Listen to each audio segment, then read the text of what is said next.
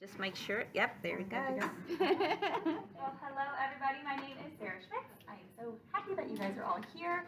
I am a speech language pathologist. Just a little bit of information about me kind of professionally and personally. So I received my undergraduate degree at KU. Very exciting time to be a KU fan. And then I got my master's at the University of Nebraska in Omaha. And then in my time since then, I have worked in schools, in clinics, and in home. So I'm currently providing in-home services for kiddos typically birth to 5. I have really extensive experience with people on the autism spectrum, so we can talk a lot about that today. I know that kind of covers some of the individuals that y'all work with. I, in my free time, just spend time with my husband and my puppy. We like to exercise and cook and go on walks with our golden retriever. And that's just a little bit about me. But now the good stuff that we're going to get into, we're just going to go over a whole bunch of different strategies to support general communication. So the strategies that I'm going to outline, they're going to be kind of broad, but that's where you guys are going to come in because I know we serve a wide range of ages, a wide range of abilities, and so I want us to be able to dive into each strategy and really talk about how it's going to be applicable to you in the work that you do here.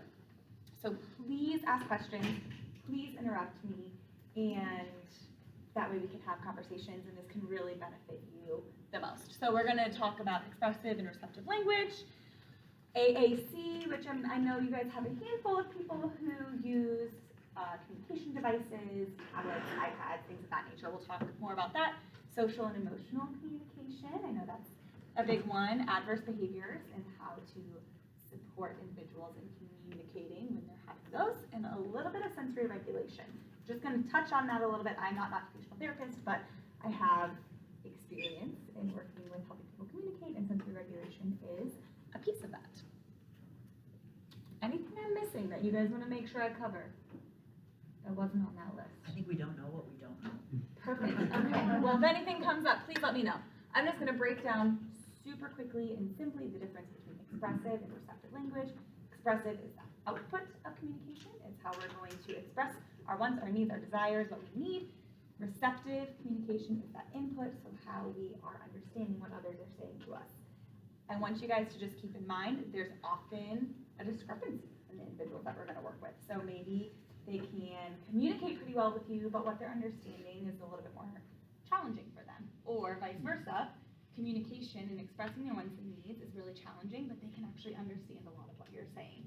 So just keeping that in mind, that just because someone isn't talking doesn't mean that they can't understand you, and vice versa.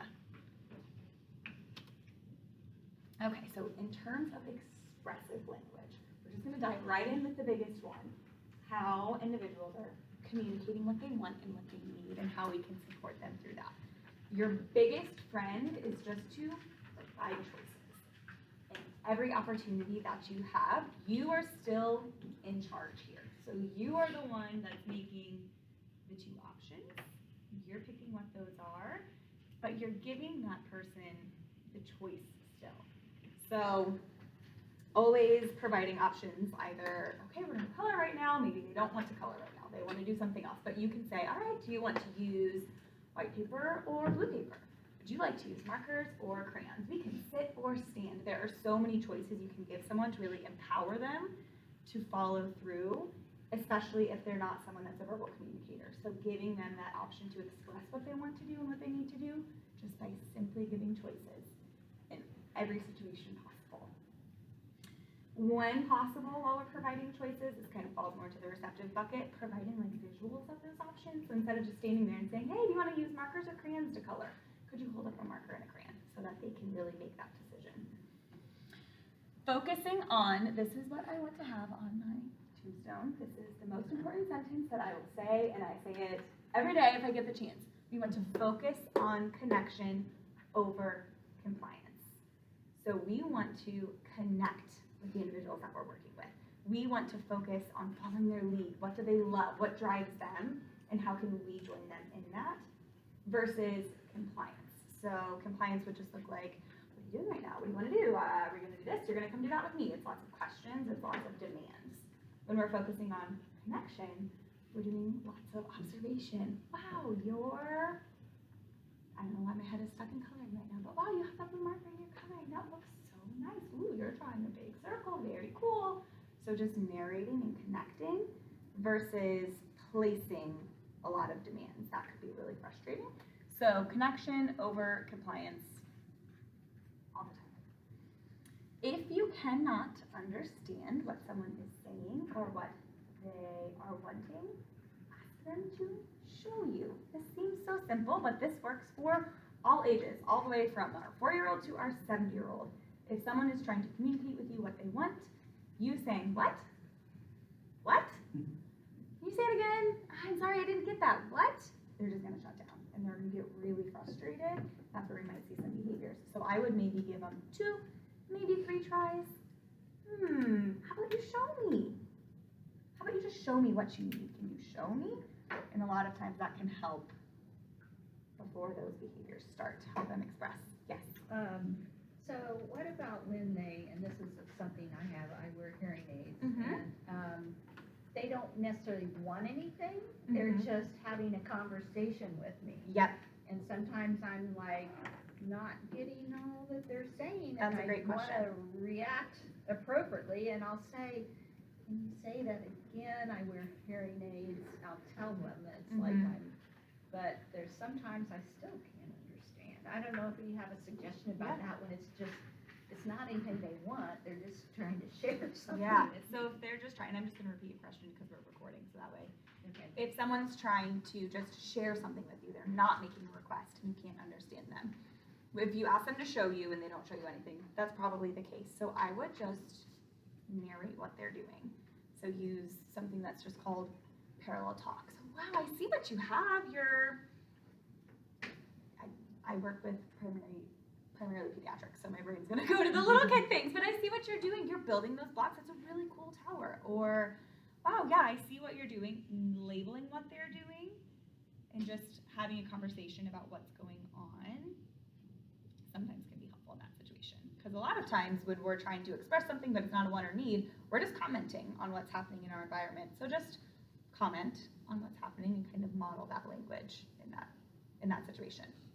Last night one was talking to me and I was having trouble, and then he said, I'm going to the Chiefs game. I'm like, oh, you're going to the Chiefs game? And he goes, no, you and I are going to the Chiefs game Oh. and you're paying. Oh. But I mean, a lot of times it's things like that. I'm just That kind aren't of even like, in the environment.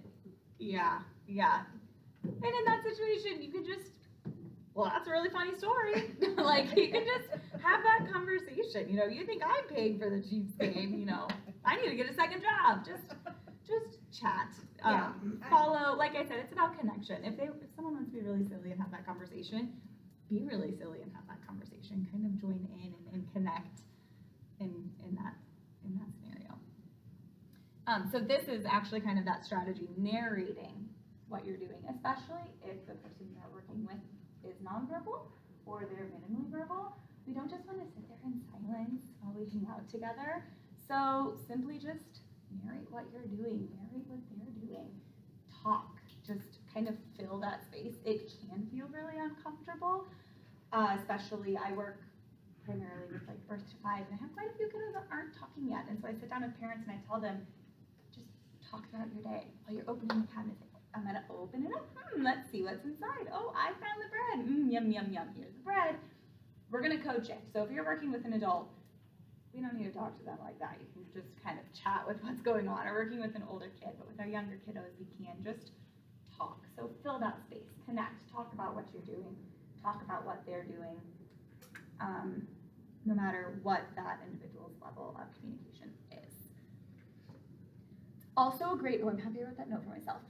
Do you guys have any kiddos or adults who will kind of like repeat the same phrase over and over, or will maybe like recite their favorite story, recite their favorite movie, do that kind of that scripting and seeing lots of heads nodding? That's a great way to respond to that. So a lot of times there's new research coming out that scripting actually is communicative in intent. So maybe someone will recite a sad scene from Coco when they're frustrated about what's going on. So if you hear a kiddo scripting, just kind of narrate what's going on. Oh, hey, your friend took your toy. That's a bummer. You know, just responding still as if that script is communication. Any questions about that? I know that's kind of a novel behavior that can be kind of jarring if you're not used to seeing it. Can you give it, I've never seen that, so what You've never is seen the- scripting? The repetitive, when you say someone is scripting, or what is? Yeah, the repetitive language is, I saw a lot of you shaking your heads. Do you guys want to give an example of maybe a person that you guys all Yeah. know? So maybe That like you've you seen? know how, Kind of. yeah, Caleb, Kind of. Caleb loves Elmo, and so Mhm. Caleb, can you say 14 or 16? I'm wondering if maybe that's like he wants to connect or something, you know, like wants to include you in what he's doing or something like that maybe, or I A don't know, lot of those are like times- things that just say hello. Yeah. That's, I never thought of. Yeah. Thank you. Yeah. A lot of Caleb's times a it's like great repeating something from a video or a song or a book. Okay, commercials. Commercials. It can be anything. Something that their parents say. I mean, just kind of get stuck on a phrase and want to repeat it. Okay. Those are a few things. Scripting, echolalia. There's a few different things that it's called.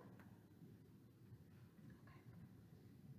Any questions, comments, concerns? People you guys want to problem solve through quite yet? I have a question. Yeah. We have one that asks questions all the time. Yes. Asks any question, I'll just turn it around and say, well, what do you think? You know, Uh-huh. and ask for his, but he knows the answers, Mm-hmm. but he keeps asking us the questions. Is that okay to just kind of turn it Yeah, around and say, yeah, well, I what do you think is the answer? I would absolutely answer it once. Give that answer. If they ask that same question again, you can totally turn it around. Redirect, especially if they have those expressive skills to tell you their answer, you can redirect and turn it around. For sure. Yeah, that's appropriate. But I would answer it the first time. Yeah. Just to let them know, I heard your question, I'm gonna answer it. And then if you keep asking over and over, you can redirect, turn it back around, ask them a question. Next is that receptive language strategy. So our individuals might have a harder time understanding what we're saying. Another thing that I live by connection over compliance, and I live by always assuming the most out of the individual that you're working with. So it would be so devastating if you just assumed someone who was nonverbal couldn't understand you. And then you treat them as if they can't understand you. So always assume the most. Assume that someone can understand what you're saying in the way that you talk to them, in the way that you talk about them. You want to always assume that whoever you are working with can understand you perfectly, even if they can't express that. Now, if they're having a hard time following that instruction, we're still going to come in and give them supports, but always in the way that you talk and communicate, just assume that everyone can understand what you're saying. Because how frustrating would it be if someone was talking to you as if you couldn't understand, and you just can't express it. So we always want to have that assumption. You always, I know this sounds so basic, but especially when there's a lot of people around and there's a lot going on, you always want to make sure that you have someone's attention. So get on their level, make sure that you maybe have their eye contact. Not everyone is going to give you eye contact, but maybe if they just turn their body towards you, making sure that you have someone's attention before you're placing any demand or letting them know what the instructions are, what the expectations are. Focus always on what someone can do or what they should be doing versus what they should not be doing. So I'm not going to tell you, hey, no running right now. I'm going to tell you, hey, we're going to walk. That negation is really hard to understand for some people, especially younger kids. Like, that's not a skill that little kids develop until they're like 45 months, typically developing. So it's a really hard skill understanding that negation. If you say, don't run, all someone's going to hear is run. So shifting the way that you're giving instructions and making sure you're telling someone what to do versus what not to do, we're going to get a little bit more success in following through with those instructions. And provide visual supports whenever possible. So I use that example of while you're giving choices, holding up both items. So whenever possible, giving someone something visual. I know we don't always have, like, this isn't necessarily a school setting for Parents' Day Out. We don't have that schedule of this is what our day is going to look like, this is what our time is going to look like. But for example, if someone needs to be changed and they're having a hard time transitioning to the bathroom. Holding up that pull-up, letting them know, okay, this is what we're gonna do next, this is where we're gonna go. Just providing a visual support in any way to help them understand this is what's happening next. Modeling. Modeling is a visual support. So demonstrating with yourself what that expectation is. Any questions about this? Anyone you're thinking of that you would like to problem solve through?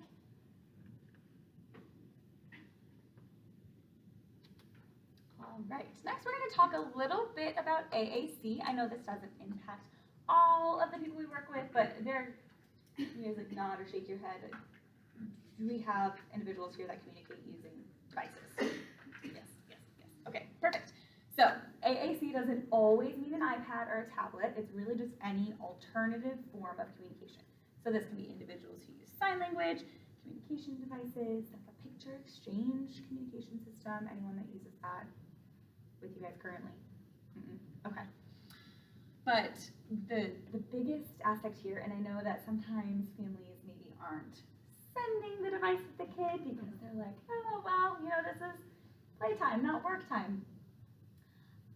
I would argue that that's not sending their voice with them. So if a family sends a device with a kid, it's ultimately up to the family, and we're not going to argue with them on their decisions. But if they do send a device with a kid, it needs to be with that child or that adult. And so he's talking about kids, so I mean all ages here.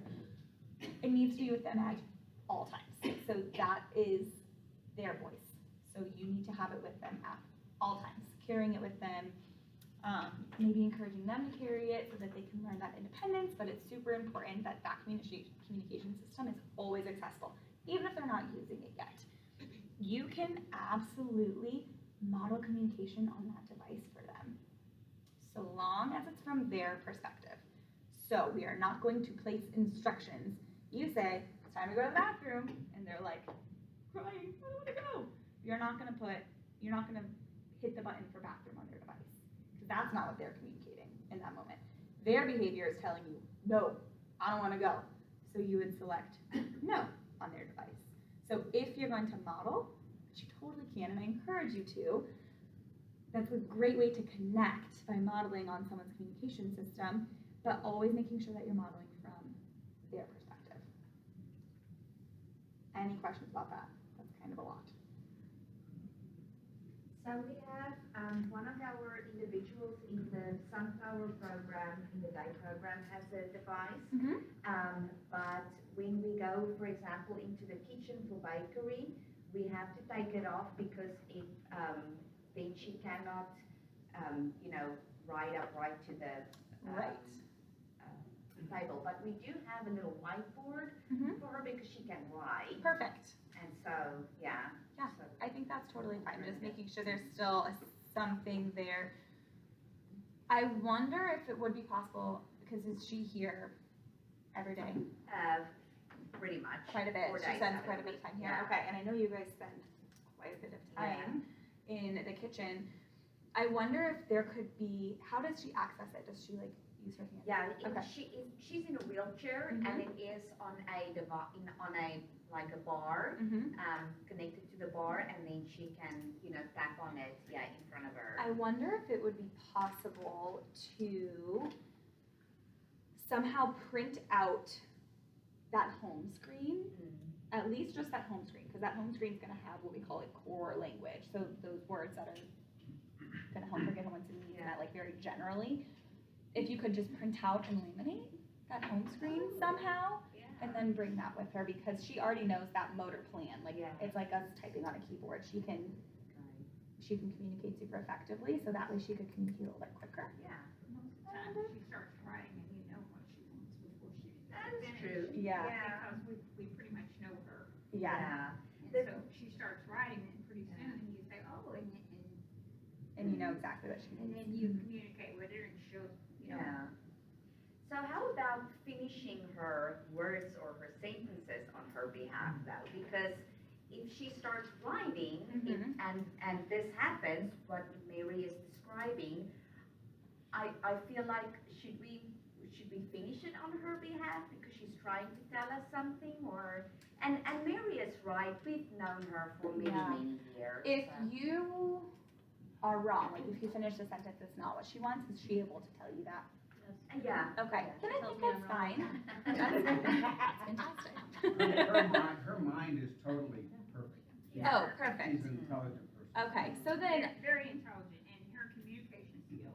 I mean, we communicate with her when she has a talker or when she doesn't have a talker, because she'll start telling us, and her body language will tell us a lot. that's great, that's great. I think it's okay to finish, just because that is taking more time than what she's used to. And so if you can, make that assumption, and if she doesn't seem frustrated by it, it sounds like you guys know her really well. So if she's getting frustrated by you finishing her sentence, back off. Yeah. But if she's like, yes, thank you, then you can keep doing it. So kind of judge, it's gonna vary person to person, but if she's okay with it, and if she can tell you if you're wrong, then I think it's fine. Yeah. Well, often though, it's, she's having the communication with you at a time when she can't have the talker with her. Yeah. Like if she's eating lunch or something, you know, she's not got that right in front of her. She's eating and I'd using the be whiteboard to tell us. that she's Curious to see the mounting system. Can you set it on the table next to her, like when she's pulled up next to the table? Okay, No, it's on a bar, we don't have flexibility. okay, It's not portable. yeah, it's attached to, Yeah. okay, Well, she also speaks sign language too, and you can kind of pick up on some of the phrases. yeah, Right. But I found that one of the communication problems is that if you don't understand what she's saying, she'll start spelling the letters on the table and stuff. So is there anything you could do about that, or what do you think? I mean, if you're not getting what she's trying to say via I sign would language. keep that whiteboard with her, We yeah, as much as possible. Then, if her device, if she has to be up by a table, then you can't have her device with her. I would just keep that whiteboard with her as much as possible, if that's helping decrease frustration. Any other questions?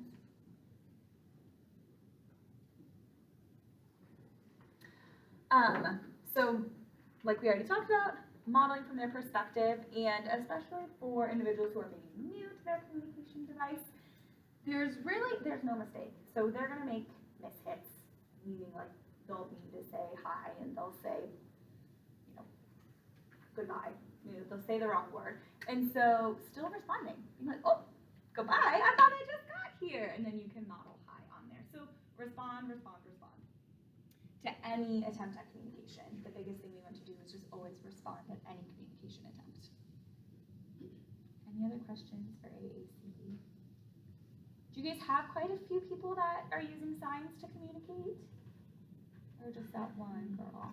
Goodness, I think maybe across the ministry, maybe just a handful. Just a handful? And then we do have those instances where they don't, when they have devices and they don't bring it with them. Oh, I would just like to talk to those parents and beg them to bring them, please. It's so important. But now that we know, I mean, we can definitely encourage those parents to, Yeah. if they do have devices. And maybe to if send they them know, that. hey, our staff and our volunteers, they've Mhm. been educated on how to Yes. incorporate this, and Yeah, and hopefully, if you're not comfortable, please ask questions so that you do feel comfortable, but hopefully it's something you would be comfortable with. yeah. Most of them that are still in school, they have those communication devices and they will bring the young ones. Yeah. But some of them that are in our older program, they don't have availability to have those communication devices. Right. Yeah. Right. What about Erica? Do you sound like that clipboard with the pictures on and stuff? I don't think we do that anymore now. We do. Like a pic. Yeah, PEX, so like a picture exchange system. Yes, Yeah. yes. Are you, do you have a slide that addresses that, or can we talk about that? It would be on this same Oh, information. So okay. you would model a picture exchange system the same way that you would model a high-tech iPad. So you would still, point to those pictures, or kind of depending on the layout. Is that the picture exchange? Yeah, so Yeah. it's not very elegant, but yeah. this is- It works. I think, as long as it works, I would encourage you to always, do those items stay in the same place? Yeah, it's kind of glued Okay, on good, here. good. Yeah. So that's really important that those items stay in the same place, because a big aspect to AAC is a consistent motor plan. So like, same way that you learned how to type on a keyboard, I could probably move all of the keys and you could still type an effective message. We want all of those images to always be in the same spot. That way they know stop is right here, it's in the top right corner, and every time I'm going to reach for it, I'm going to reach the top right corner and I want you to stop. And so not moving the locations around on them. But you can model it this same exact way. Yep, so no matter if it's no tech or an iPad, or someone is able to use buttons to scan, which I know you told me that someone has, which is so high tech and really awesome. No matter what type of system it is, you're gonna model it and kind of support them in the same way. Any questions at all? Okay. All right, so strategies to support social emotional development. I am sure we all see lots of big feelings all the time. We feel big feelings all the time. We're just sometimes a little better at regulating them. Sometimes. The biggest thing we want to do is just label that feeling. If someone is so mad, they're seeing red. If you're so mad you're seeing red, and someone walks up to you and tells you to calm down, you probably want to explode. So, similar to all of the people that we're working with, if they are so mad and seeing red, sit down with them. You're mad. I can see that you're mad. Letting them know. Label that feeling. I can see you're mad. I'm here with you. You're safe. Let them know. We're all good. I see that you're mad because what happened? I see that you're mad because you wanted to turn. Right now, it's so-and-so's turn. So labeling that feeling, labeling what caused it, if you know, and then giving some choices. Maybe we can go on a walk while we wait. Maybe we should go get a drink of water while we wait. If you can, give those choices, as always. So would you like to go on a walk, or would you like to get a drink of water while you wait for your turn? But labeling that feeling, labeling why it happened, and giving some choices for how to respond. And I always encourage doing this throughout the day, doing this in the calm moments too. Labeling, you're so happy right now, I can tell that you're happy because you're smiling really big because you're getting to play with this. You're in the swing right now and you feel so happy because it's your turn to swing and it's really fun.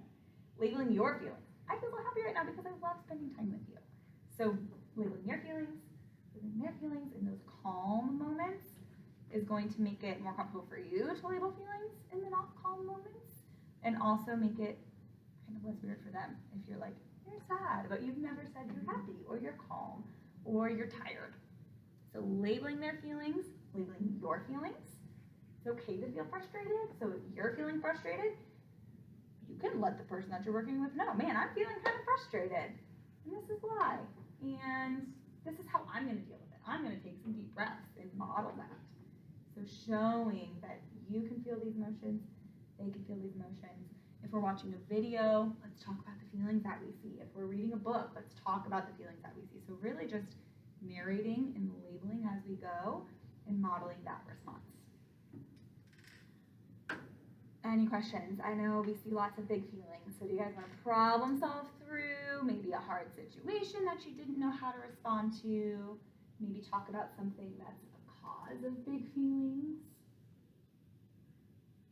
What about cruise today? You guys want to talk about that at all? Yeah, so we have one friend that likes to watch Minions. Mm-hmm. Every time he's here, he requests Minions, so we've been putting it on, but it got taken off Netflix. So today when he was here, he was very upset that Minions got taken off. Yeah, that's hard. Change is hard, especially if we're used to getting Minions. So how did that friend respond? Like, what did their behaviors look like?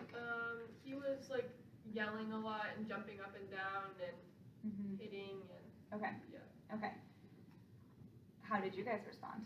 Well, his mom was still standing at the door watching him, so I went over and asked if there's any other shows that he likes to watch, and she said, "Oh no, he's just like, we don't need to put anything else on. Like he'll just Through it. Yeah, he'll just have to work through it." But we ended up putting on Mickey Mouse, and he ended up liking that.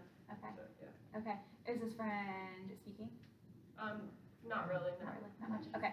He was using his words for Yeah. Minions. Yeah, he can say min. Yeah. And, you know, at first we were all saying it's not available. So Mhm. then I stopped and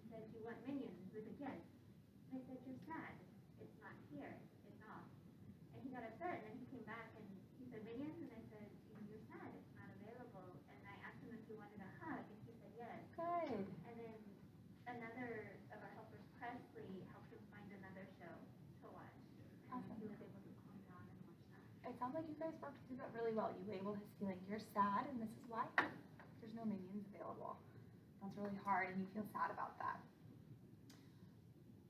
And then I would shift as quickly as possible. So you're sad, there's no minions on. Right now, we can watch Mickey or we can watch Moana. Giving those choices. So Good with switching, this is available, let's look here. yeah. Or even I like how you offered a hug. So you're sad right now. I can give you a hug. We can sit in the swing. Giving those choices. Yeah. But sometimes it's hard, and our friends are just gonna be sad for a minute, and they're just gonna be mad for a minute, and we can't expect them to just like get over it immediately. I'll talk about this a little bit more in behaviors. First and foremost, what we want to do is keep them safe and keep yourself safe. Especially, it sounds like if maybe there was a little bit of aggression there. So I don't know if you go over different strategies for that, but just do what you can to stay safe. So help them stay calm. You can model calm hands. You can tell them we're gonna have a calm body. We can maybe go sit in our sensory room until that way we can keep our body safe. Giving some examples there, but it sounds like you guys worked through that well, and that he was able to move on. Did it take him a long time to move on, or kind of once we found Mickey? Yeah, I just pulled up YouTube and I'm like, okay, so we can look up minions, see what comes up, and just let him pick a video. Mm-hmm. And so then when it would end, we would pick Yeah. another one, and that worked Good. eventually. Change is hard. I feel like a lot of the behaviors, at least I know that I see, are around change. So something being different. And that is hard. And we're just gonna kind of have to sit there and be there in the hard and provide choices that we know they're gonna like. So we're not gonna be like, do you wanna watch, Natural Geographic? Or like giving things that are equally as awesome as Minions, if possible, in those situations. Unless, of course, the child or the adult loves National Geographic. But Last night I had this 36-year-old, and he was nonverbal, and his mom had told me, don't stand in front of him, or he'll grab your hair, he'll grab you. Mhm. And sure enough, we had cupcakes, and he loved cupcakes.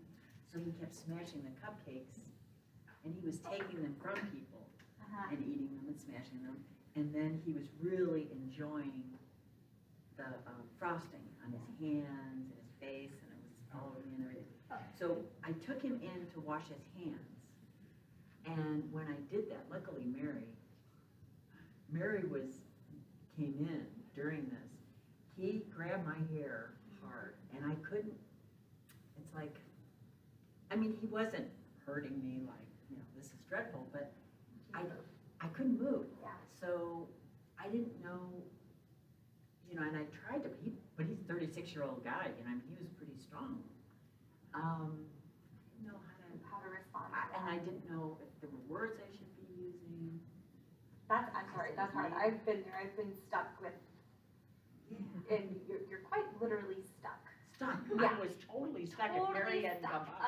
She So, didn't tell you though what she was trying to do. She was trying to clean him up Oh, that's true, yes. because he There was had cupcake cupcake everywhere. all over him that he had snatched Yeah. from another person. yeah. And so she was trying to clean him up, and that was why she was so close to him. Yes. And so that was how it Yeah. all happened. That's Yes. true. That, Yeah. So So there's maybe he didn't want to get cleaned up. There's this term, I don't know if any of you have experience kind of like in the behavioral field, but I was fortunate to work in a behavioral clinic for a few years, and so I've worked really closely with behavioral therapists, and there's this term called antecedent strategies, and that's kind of what we use before the behavior. I'm sure you've learned about it in, your experience with being a parent, master's education, all that. So it's these strategies that we use that would essentially prevent a behavior from ever happening in the first place. And they're gonna kind of vary person to person on what their behaviors are and how to present with them and kind of when they present with them. But in the future, this man doesn't like to wash his hands. Yep. Okay. I think that's the case. So we're going to, I'm going to say this 100 times today, give him choices. You're really messy. We can use a paper towel, or we can wash in the sink. So kind of giving him some choices, beforehand instead of just saying, all right, here we go, we're gonna wash our hands, turn that sink on, and then boom, he's over it already before it even started. So giving choices, giving lots of preparation, so setting that expectation. You're really messy right now, we're gonna wash our hands. I'm gonna set a timer. In 5 minutes, we're gonna go wash our hands. Timers are Timers for everything. a beautiful antecedent strategy. So if you know you're gonna have to do something, and you have to do it, you can't just let this man walk around with cupcake all over himself. Oh, he got it on somebody's coat and then she Yeah, got really upset. yeah, I mean, you just can't let it happen. So there's things that we're gonna have to do that we don't want to do. Also with him, it was redirecting him is Yeah. what it did. I was redirecting him. So he Yeah. forgot about her and he started focusing on me, but he wasn't doing anything to me. Yeah. It's just, I was talking to him and redirecting him and he forgot about what she was trying to do and let go. Mhm. Let go of her hair. So that's a really good thing to do once you're in the behavior. So using those antecedent strategies before the behavior. We're just gonna move right on to behaviors. Oh.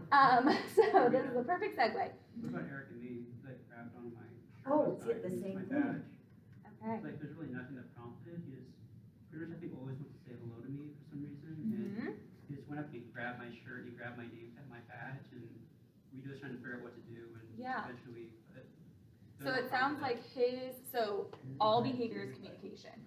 He was communicating with you, heck no lady, I don't wanna wash my hands. Yeah. He was communicating, and that's an instance. It sounds like maybe he was communicating that he wants to say hi. So That's what I thought. I thought he just wanted to say hi. modeling, modeling what that behavior is communicating. So he grabs you, say, oh, hi, but saying, like, if someone walked up to me and grabbed me, and I knew that they were just trying to say hi, I'd say, hi, Sarah, hi, hello. Communicate from their perspective, model that language. They're trying to tell me hi right now, even though maybe I don't like it. You can wave to tell me hi or give me a high five, giving those two choices. So if you know that that's how this friend's gonna tell you hi, you see them walking up to you and you know, oh boy, they're gonna grab my lanyard. Prepare yourself for it and just say, oh, hi. You can wave or give me a high five to tell me hello. So giving those choices and kind of knowing, that's what's gonna come along. It sounds like thankfully a lot of you have a lot of experience with the individuals you work with, but as you get to know someone, you'll get to know what those behaviors are, kind of what those causes are, and you'll be able to prepare and provide, like, timers. I'm so happy you brought that up. The timer's huge. So we're gonna wash our hands in 2 minutes. Here's our timer. When this timer goes off, it's gonna be time to wash our hands. Especially with the icing, that's like a total sensory thing. It is. So he was enjoying It the felt so sensory. good. So, like, transitioning him maybe to a safer space where there's not coats or things that, where it doesn't matter if he's kind of messy, and then giving him that timer of like, hey, you know, you can play with the icing for 2 minutes, and then after 2 minutes, we're going to wash up, and then when the timer goes off, sometimes they are not ready yet, so then you can ask, do you need like 1 more minute or 2 more minutes? And Yeah, then get that choice. and then after that second timer, it is like, all right, like it is time now. And then you Either provide way, the choice Or of we can, paper towel or, or if he loves Okay. that feeling, Yeah. you know, how can we Wet wipes. Yeah. enact that too? Okay, so first we're gonna wash your hands and we can have some lotion. Like, is there And I something tried to else we find can some do? lotion. I thought if I Yeah, could that would find some, feel, I couldn't find so any. lotion. Yeah. that would Even also feel sanitizer. good. No, one strategy I've used when it comes to like hair and grabbing is like when someone, you know, like you've got a ponytail and someone grabs your ponytail, like the worst thing that can happen is they start pulling. And so you can put your hand over just gently and as the whole time you're like, I'm gonna put my hand right here and just make sure that there's no pulling. And then eventually it's not exciting or you can find a friend to like redirect. But they're not gonna wanna stand there and hold your hair all day. There's no pulling, there's no reaction, and just be like, you just kind of have to wait it out. Yeah. But like that can, and then finding someone to redirect while you're just kind of holding, making sure there's no pulling. And you But- can try and redirect too with your words. So sometimes I feel like a lot of behaviors they want, they're motivated by that attention. They pull your hair and you're like, ah, you got my hair! Whether it's positive attention or negative attention, it's attention. Whether you're telling someone, hey, don't do that, or you say, great job, it's attention. And a lot of times it's still gonna be reinforcing. So if you can, please try to ignore bad behaviors and or maybe I don't like the word bad, adverse behaviors, and redirect. So someone's hand is on your hair, and you can say, you can give me a high five with that hand, or we're washing our hands right now. We're gonna put our hand in the sink, or giving something else for that hand to do. Last night I was in this room, and this guy kind of like, one of the individuals walked from the classroom, and sometimes he'll walk up to someone, like hit them, and I was sitting at the table, and he just came like really, hit me in the side of the head really hard. So I was like, what am I supposed to do here? And I just ignored it, and like just took the blow, but his mom was at the door and said like, what do you say? Do you say I'm sorry or what? But I had kind of a bad night last night. Yeah, goodness. So if someone, I think it all kind of varies person to person, but someone does walk up to you and just, it seems you have no clue how or why that happened, and they just kind of bonked you. You can redirect and say, oh hey, if you need me, you can tap my shoulder, or oh hey, you could give me a high five if you want to say hey. So you can acknowledge that something happened and kind of redirect and give a better option. Hey, let's try fist bump. Kind of giving them something else to do. It's just random walks up to people and just like really smacks them. I don't know where that comes from. Yeah. Do you guys have any ideas? Angel Care? Has he shown up before? Yeah, so it doesn't really seem like it's like he needs something, it's more just for the attention. The attention. So last night, he was the only guy in there, but on other occasions when there's other kids, he'll go like one by one behind them and just put them there. And it doesn't really seem like it's, he needs something from them, he just wants a reaction, like don't hit him. So, yeah, I don't really know how we kind of just say nice hands, he also spits on people, so nice hands, nice mouth. But that doesn't really tend to be effective. He doesn't really listen to that. I would, and obviously you know this person, I've never met them, but maybe if you do think that he's totally only doing this for attention, that's what everyone thinks, everyone is nodding, we all know this person, he does this for attention, okay. And he bonks another kid, I would totally ignore him, step in between them, and focus all your attention on that kid. Hey, I saw that happen, you okay? Man, that's a bummer. Like, just pay attention to that kid. So that he knows that's not gonna get you any attention. It did get this kid a whole lot though. So trying that can sometimes work. It's kind of gonna be maybe a little bit of trial and error, because I don't want him to think that he goes, that was cool, now that kid, like, that was still a response. Reminding him, like, he can't do it with his hands. I wonder, like, giving him something else, like, to whack. Like, can you go whack something in the sensory room?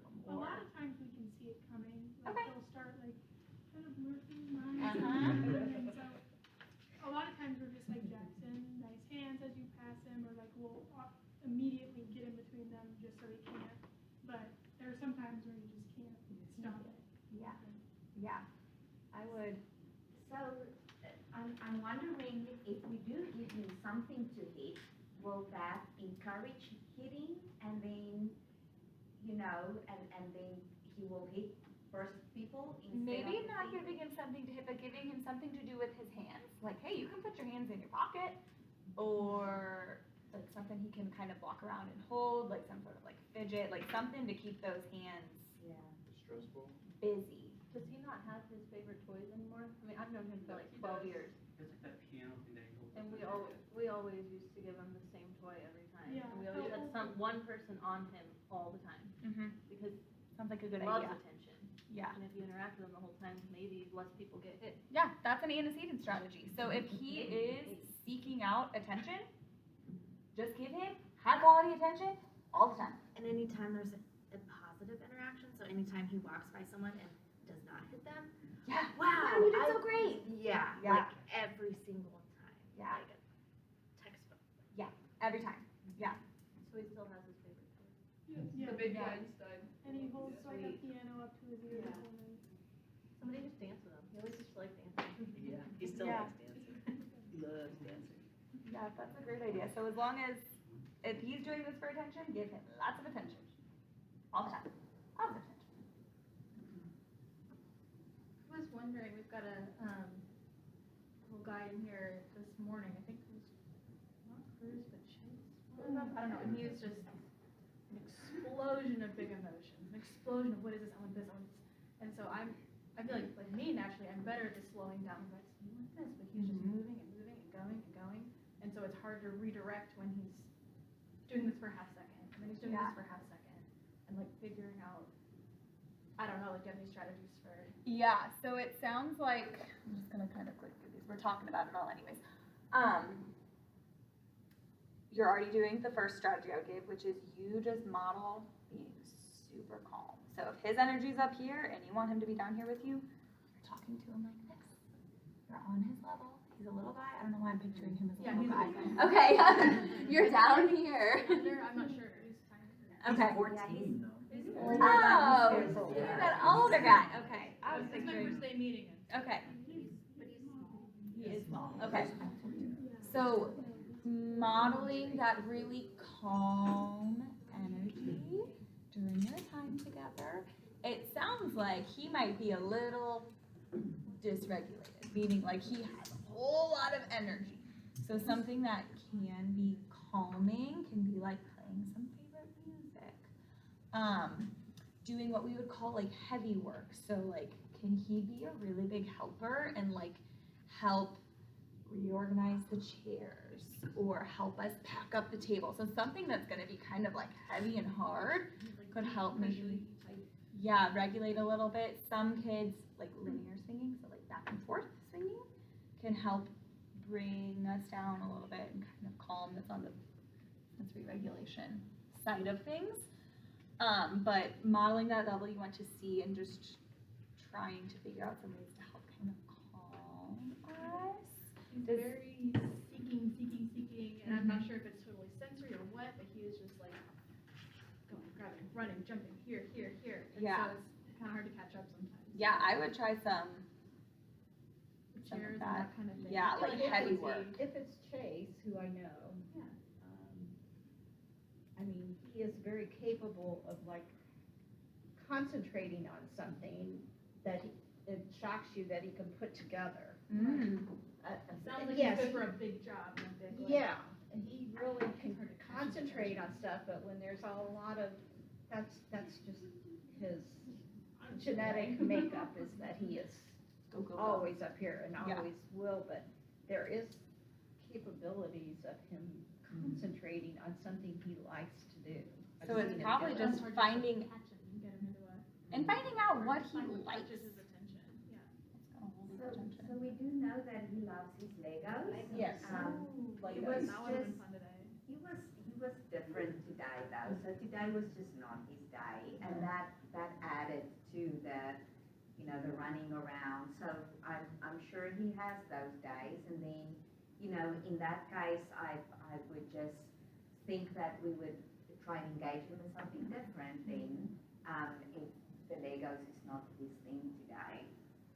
Yeah, just finding something else, something similar. So what does he like about the Legos? Maybe that, does he like to like stack or build them or like little Oh, he can tiny build them. things? Yeah, he can build Yeah, he them. follows the directions. Wow. He follows the directions and builds whatever the thing is that he needs to build. Wow. Yeah, and he's something. Yeah.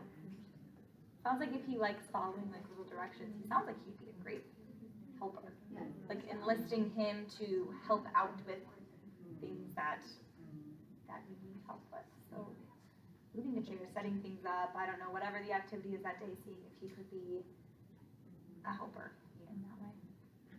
I don't want you to jump too much around in your slides. I'm happy to. So figure out where we need to, and then we'll. Well, are there any other behaviors that we want to talk through? Well, so since we're talking about behaviors, we have a pair of twins that join us on Sundays and Saturdays, and so I think the biggest thing with one of them is that he would run around the space and look for things to eat. So it's not a problem when everything is locked and he can't get to things. But occasionally we have a door open for whatever reason, and then he would get in there and then he grabs something. So I think what the thing that we need to figure out is then how to redirect him away from that. Antecedent is fine, we just keep things locked, literally. But when we accidentally have something left open, how do we get him, because he's, Also, he's, his focus is so much big. on that. and has aggressive behavior. Yes. So Okay. he will hit. So he gets, Yeah, he'll hit if you get in his. Yeah, we actually just kind of leave, I Because mean, he's- with words, we're Right, trying he's to pretty redirect him, but we can't interact with him physically. okay. Do you know what his like most preferred things, aside from food, are? Movies, and then toys, although he breaks the toys, so we can't give him a toy instead of. Because then food, it'll because just, then he'll okay. break it. Maybe I would try just turning on like, from his favorite movie, or it sounds like We usually have his favorite movie playing. already playing, okay, Yeah. so then that's like not cool enough still Yeah. to hold him Yeah. from the food. They're Yeah. sort of like infamous, like I've only been here a couple of times and everyone's like the twins. Very, How old are the twins? I need, They're like 20 something. okay, So they're okay, big so they're now. adults. Yeah, They're- okay. they're very big. motivated. Very motivated by food. And I want everyone to stay safe, and if there's aggression there with that food, I would just try your best to redirect and just And you know. talking through, I know that you want this food, I try maybe like a first then statement, like is there ever an opportunity for him to have a snack with you guys? Yes, we Yeah. have snacks ready for them. Okay. When they come in. Okay, so, letting him know, like, hey, first we're gonna watch this movie together, or first we're gonna do something really cool. Like, you gotta give him something really cool. Yeah. First we're gonna do something, and then you can have a snack. Yeah. So it's not necessarily a no, it's not a, hey, you can't have that. It's a, Right. this isn't the time.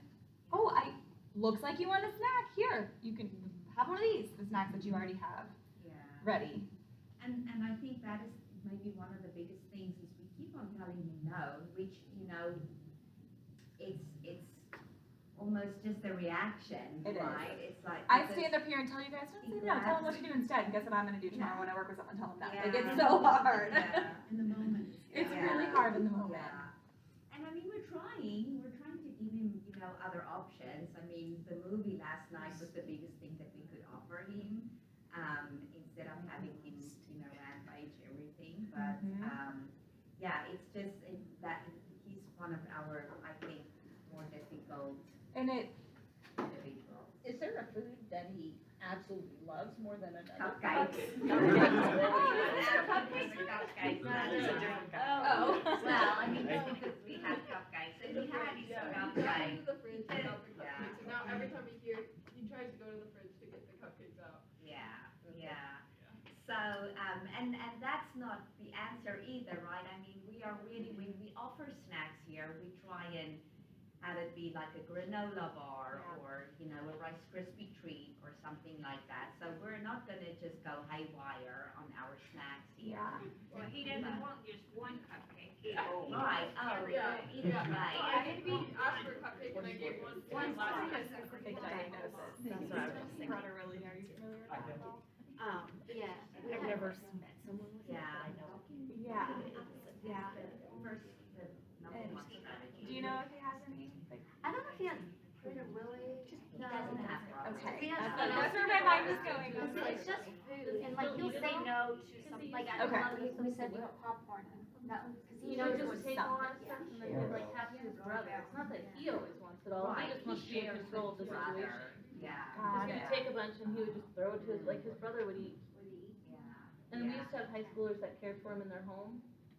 And Sean would make ramen after ramen after ramen and give it to William. Like, he never eat anything. Okay, so it Just sounds super like it is a control. I always thought it was about control. He Yeah. has control over So you guys then when he gets to when, work. immediately when he arrives, letting him know, hey, here's our options for snack today. We have this, this, and this. He wants Which it all. one? He wants it all. Okay. And maybe we don't necessarily have the actual snack item, because then he's gonna grab it and maybe knock you over in the process. You had a picture of it rather than the actual. Yeah, I think the empty box, dump out all of the granola bars and say, okay, we have this, dump out all of the mini muffins. We have this and all that. Okay, here's our 3 options. Which one do you want? Like we say, we'll do this in September. 15 minutes, we'll do this. No. He doesn't have a concept. No, I don't think, yeah. That timer would be destroyed. Yeah. Destroy it, Yeah. I know yesterday he kind of had a little jailbreak and he came out and he got a bunch of water bottles that he just collected from the cubbies and he seemed happy with that, just having something to bring back. Yeah, just like A large amount of something to bring back. Okay. I don't even know if he drank the water bottles, but. I think the bottom line for this is just, the primary strategy is to just keep things locked up for him, and then maybe have the empty choices for him to then pick from. And he can be in control of it. Yeah, okay.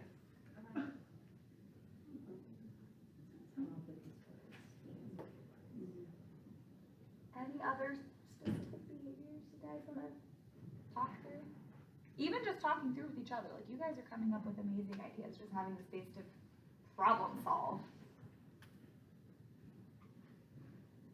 Okay, if you think of any, let me know. The final thing we're going to chat about is sensory regulation. So I'm just going to kind of touch on this briefly. It is really important. So the steps to working with individuals is going to be regulate, reach, and teach. So help make sure that they're regulated, which means they can focus. Reach is going to be that connection, and then teach, which I know we're not like following a curriculum here, but that's where you can do the activity or kind of whatever that specific task at hand is. So in order to regulate, you always just want to model that energy level that you want to see. So if we have a friend who is super lethargic, you're going to be really excited and silly and kind of jumping up and down and modeling that really high energy. If you have a friend who is really high energy, you're going to model calm energy, which is really hard to do because sometimes it can be so fun to be up here and silly with someone. Like, that's a blast. But then it just builds and it builds and it builds until it explodes. So when someone is up real high, you want to model that calm, cool, collected energy. So we want to be regulated, and so when we're feeling dysregulated, we're either going to be kind of low and we need to be more alert, or we're going to be way up here, we need to be more calm. We want to be in the middle. So if you're working with someone whose energy is really low, the best thing we can do is movement. So turning on those movement videos, dancing, going for a walk, just any sort of big movement, singing songs that have movements, like head, shoulders, knees, and toes. You could do the hokey pokey. You could do any type of song that's going to have movement to it. Go Noodle, I don't know if you guys ever use that. They have like really fun dance videos, and I think it's free. Educator in the room would probably know that. I don't know if it's free or not either. I've only ever used it through a school system. You can get the Go Noodle videos. On YouTube. Yeah, so if you YouTube Go Noodle, it's like choreographed dances that are super fun and silly, so they can kind of help heighten that energy a little bit. And then to help someone kind of calm down when they're maybe a little bit excited, which we kind of already talked about with Chase, would be doing some of that heavy work. So helping put the chairs out, helping, like, I'm sure you guys have like carts for Sunflower, you know, filling them with lots of stuff and being like, hey, we need to push all of this over to the bakery, or to the cafe, that's the word, thank you. So maybe having your wildest, craziest friend that day push the heavy cart. So enrolling someone to do some heavy work can be helpful.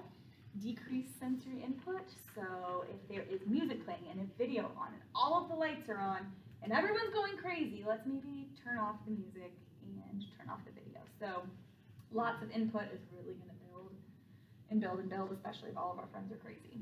Your sensory room is such a cool place. I love it. I think it's an amazing resource that you have. So utilizing that for both reasons. So you can go in there and jump around and be crazy and spin in circles. So twisting, spinning in circles can help make someone more alert. Pushing back and forth linear can help calm down. So that's a fun fact I learned from an OT friend. And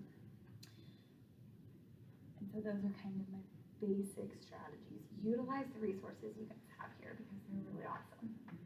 So definitely make use of that. I walked in and I saw that swing hanging, and I think that is so cool. So use what you have. I know it's easier to spot someone that probably needs to be brought down a little bit, but it's hard to tell if someone is just calmer in general, or like maybe, like I would hate to come up to someone and start being in their face and trying to get them to move when really they're just overstimulated and they're just, you know. They don't want it. Yeah. I would, so if someone is still kind of like engaged, maybe they are participating in some sort of task, typically if someone needs to be more alert, they're gonna be like tired, yawning, falling asleep. Yeah. And I don't think if someone's like falling asleep here, we wanna keep them awake, right? I'm pretty sure. I don't think they have like a bed stored in the back for naps. Any other questions in general? Okay, well, we're gonna wrap it up then. I want to leave with this, that it's always really hard for me to hear that someone won't communicate. So I want us to reframe that. If you're ever working with someone and you're feeling frustrated and you're like, they won't, I want us to not use that sentence. It's hard. It's not that they won't do something, that they won't follow your instruction, that they won't tell you what they need. It's just that it's a little bit harder. So take that on yourself and think, okay, how can I make this easier for you? It's not that anyone that we're working with won't do something. It's just that it's a little bit harder. So how can we help support them so that they can? Thank you so much.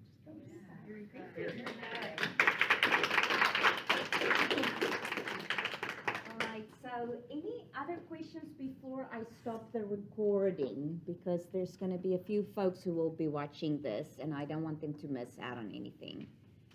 I guess maybe her opinion on elopement, like, Yeah. you know, we have Elliot, we've kind of solved that issue, but just any other ideas you have?